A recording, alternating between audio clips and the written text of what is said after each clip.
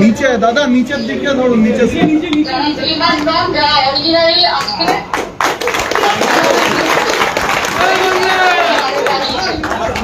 তাদের সকলকে আমার হৃদয়ের অনেক অনেক উষ্ণ অভিনন্দন জানাচ্ছি।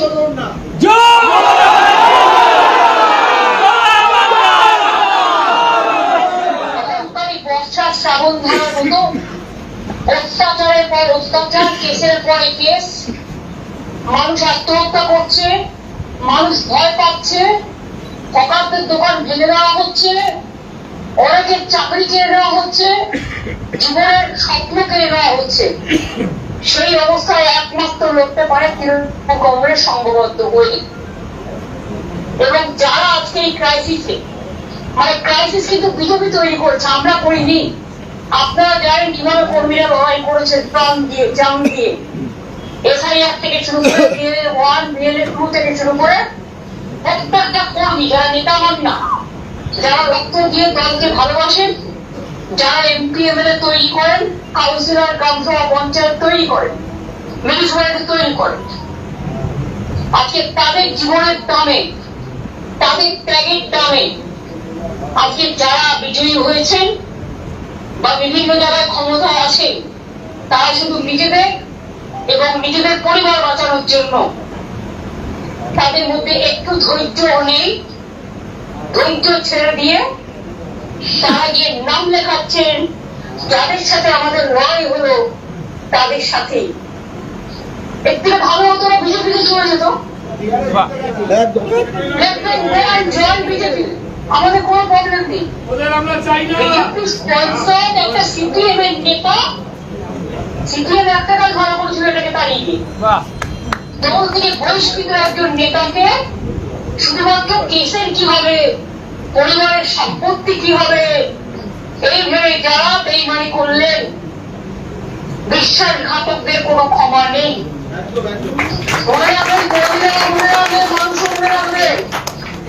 তারা আজকে নিজেদের বাঁচাতে পারবেন, কিন্তু আগামী দিন জনগণ তাদের কাছে কৈফিয়ত চাইবে, কর্মীরাও কৈফিয়ত চাইবে। আপনার মা চিরজীবন আপনাকে মানুষ করলো, আর আজকে মা যখন অসুস্থ আপনি মায়ের দেখভাল করবেন না, এটা কোনো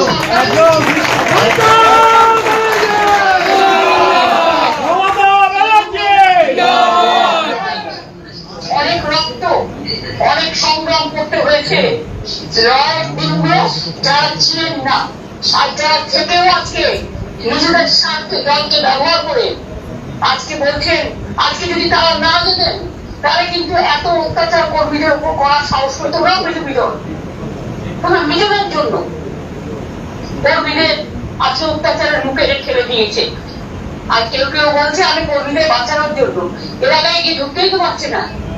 কর্মীদের বাঁচানোর জন্য না টাকা বাঁচানোর জন্য, না আপনাদের টাকা নেওয়ার জন্য, না সবকিছু ধর্ম, জাতি, সম্প্রীতি সবকিছু বিক্রি করে যারা আজ লম্প ঝম্প করে বেড়াচ্ছেন, শুধু ধমকানি আর চমকানির বাংলা, যে বাংলা রূপসী বাংলা আজকে চোখ খুলে তাকাতে ভয় পাচ্ছে।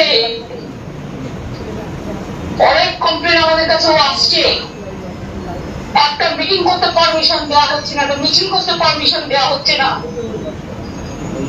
এই অবস্থাতেও মনে রাখবেন, আমি কিন্তু প্রতিদিন কর্মীদের মিট করি, সব কর্মীরা আমাদের সাথে আছে। আমি মনে করি নেতারা, কর্মীরা নেতা তৈরি করেন, নেতারা কর্মী তৈরি করেন না।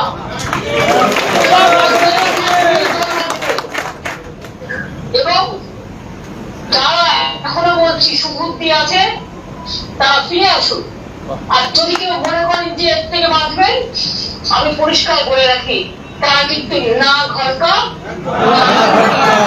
আমরা রক্ত দেব, কিন্তু তৃণমূল কংগ্রেসকে বিক্রি করে দিয়ে, কর্মীদের সম্মান, মর্যাদা, সম্মানকে বিক্রি করে দিয়ে আমরা কিন্তু শুধুমাত্র টাকার লোভে আর দেশ থেকে বাঁচার লোভে আমরা মাথা নত করবো না।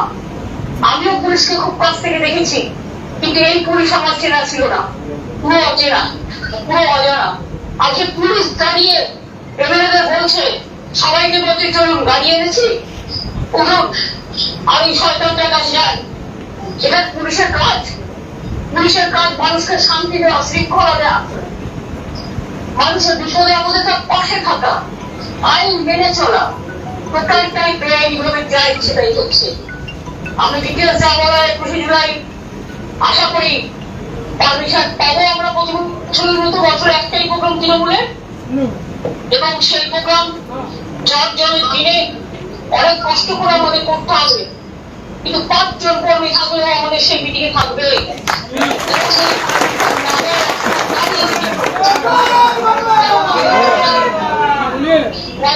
এবং ধর্মতলায় কাজেই 21শে জুলাই শহীদ তারপরের দিন সবাই সংযত হন, সমবেত হন।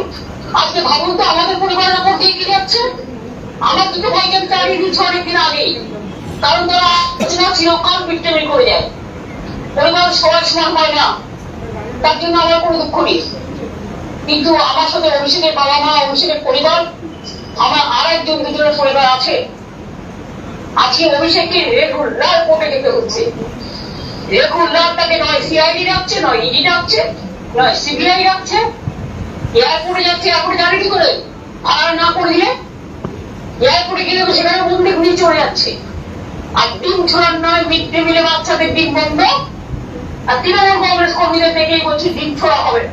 তো যারা চলে গেল, যাদের নিয়ে দল ভাঙলে তারা কি সাধু পুরুষ নেই? তারা ওয়াশিং মেশিন হয়ে গেল বিজেপি গিয়ে, আর বিজেপির দাবিদার হবে। আর তৃণমূল কংগ্রেস চলে হয়ে গেল। তাহলে তৃণমূল কংগ্রেসের পরিবারে আপনারাও তো সব সমস্যা ছিলেন একদিন। তাহলে আপনারাও সেদিন থেকে শুরু করেছিলেন নাকি? যা ইচ্ছে তাই বলে যাচ্ছেন, অসম্মান করছেন, মিথ্যে কথা বলছেন। আর মিডিয়া ছেড়ে দিন, ওটা মিডিয়া নয়, মিডিয়া আজকে বিক্রি হয়ে গেছে। যারা একটু কাজ করছিল, কলকাতা টিভিকে আমি শুনেছি বন্ধ করে দেওয়া হচ্ছে। বর্তমান সংবাদপত্র তাদের নানা রকম ভাবে হুমকি দেওয়া হচ্ছে। গণতন্ত্রের চলতে পারে না। যারা digitally freedom of speech, YouTube বা ফেসবুক বা সোশ্যাল নেটওয়ার্ক ব্যবহার করে, ইনস্টাগ্রাম, তাদের অনেককে গ্রেপ্তার করা হয়েছে।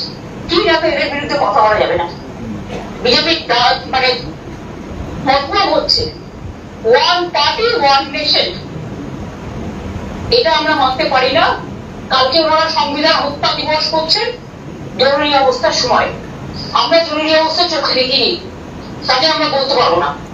কিন্তু সংবিধান হত্যা দিবস করছেন, বাংলার কোন সংবিধান আছে? কোন গণতন্ত্র আছে? কোন আইনের শাসন আছে? আমি নিজেদের দিকে তাকিয়ে দেখুন, চারিটি বিগিনস এট হোম। যা ইচ্ছে তাই করে যাচ্ছে, জোর জুলুম, গায়ে চোখ, পুলিশ দিয়ে ধমকানি চমকানি, যা ইচ্ছে তাই করে যাচ্ছে। আর কেউ কেউ তো একদম বফাদারি করবার জন্য এমন বফাদারি করছে যে নিজেদের কাজের জমিদারিটাই ভুলে গেছে। এই অবস্থায় মনে করি আপনারাই পারবেন এরকম যুদ্ধ করে রুখে দাঁড়াবে। মনে রাখবেন, ক্ষমতা নয়, মিথ্যা নয়, আজ দরকার আত্মত্যাগ। আজ দরকার সবাইকে নিয়ে একত্রিত হবে, সংগঠিত শক্তি নিয়ে লড়াই করা।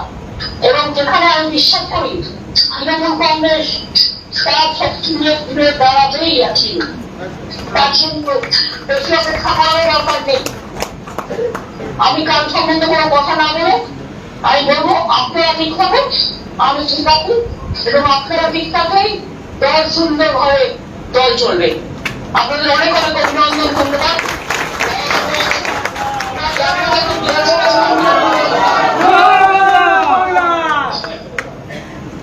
আমি জানি না এরা কি করবে আর কি না করবে। আমি বিধানসভা আপনাদের কাছ থেকে শুনেছি, আমি কোনোদিন এটা শুনিনি যে ন্যাশনাল কলেজে সেটাকে মানে ভুল আঙুল দেখানো হয়। এটা তো criminal offence. So far my knowledge is concerned, I maybe know. আমি তো সত্যি ওদের মতো অত শিক্ষিত নই। কাজেই এসবও চলছে, সবকিছুই মেনে নিতে হচ্ছে। তাহলে আজকে আমরা হেরে গেছি মানে আমাদের হারানো হয়েছে। বা মনে রাখবেন, আমরা যখন অন্যরা হেরেছিল তাদের সৌজন্যতা দেখিয়েছিলাম। রাজনীতিতে আপনি জোর করে হারিয়েছেন, এসআইআর থেকে শুরু করে প্রসেস শুরু করেছেন, সেন্ট্রাল কোর্ট থেকে শুরু করে ইলেকশন কমিশন থেকে শুরু করে সব কথা দিয়েছে। তা সত্ত্বেও বলি আমরা হারিনি, আমাদের হারানো হয়েছে। আর যে কথা এর মধ্যে জিকে আন্ডারস্ট্যান্ডিং করে জিকে অ্যাসেম্বলি গেছেন, তাহলে বলি যে আপনারা কর্মীদের দিকে সম্মান দিন, কর্মীদের দিকে তাকান। আর তা নাহলে কর্মীরাই কিন্তু একদিন আপনাদের আসল চেহারা দেখাবে। এই তৃণমূল তারাও রক্ষা করতে পারে, করতে পারে। একটা সিপিএম এর হাতে তৃণমূল বিক্রি হবে না, একটা বিজেপির হাতে তৃণমূল বিক্রি হবে না। অনেকে অন্যান্য পার্টিতে যাওয়ার চেষ্টা করছেন, দয়া করে যাবেন না। তৃণমূলের প্রতি ভরসা রাখুন, বিশ্বাস রাখুন, আস্থা রাখুন। 15 বছর আমরা একদিনও লোডশেডিং করতে দিইনি। আজকে খোঁজ নিন, 1 কোমর করে জল রাত করে আসে, ট্রাফিক নড়েও না, চড়েও না। অত আসবে বলেও আসতে পারছে না, পড়ে দাঁড়াচ্ছে, রাস্তার কি অবস্থা, কি হাল। এরা করবে রাজ্য শাসন। আমাদের সময় যে টাকা দেওয়া হয়নি সেই টাকা ওদের উপর ছাড়া হয়েছে। সেই টাকা দিয়ে ভালো করে কাজ করুন, মানুষের পাশে দাঁড়িয়ে কাজ করুন। আমাদের কনস্ট্রাকটিভ যতটুকু সহযোগিতা করার মানুষের জন্য আমরা নিশ্চয়ই করবো, কিন্তু তারপরে আপনারা শুধু একতরফা অত্যাচার করে যাবেন আর একতরফা সহযোগিতার আশ্বাস করবেন, এটাও কিন্তু ঠিক নয়। জোর করে মানুষের মুখ কিছুদিন বন্ধ করা যায়, কিন্তু চিরকাল বন্ধ করা যায় না। এইটুকুই আমার বলার ছিল। ভালো থাকবেন, সুস্থ থাকবেন। অ্যারেস্ট হয়ে হয় জেলে আছে আমরা দেখতে চাই, বড় জেল বড়, কিন্তু মাথা নত করবেন না।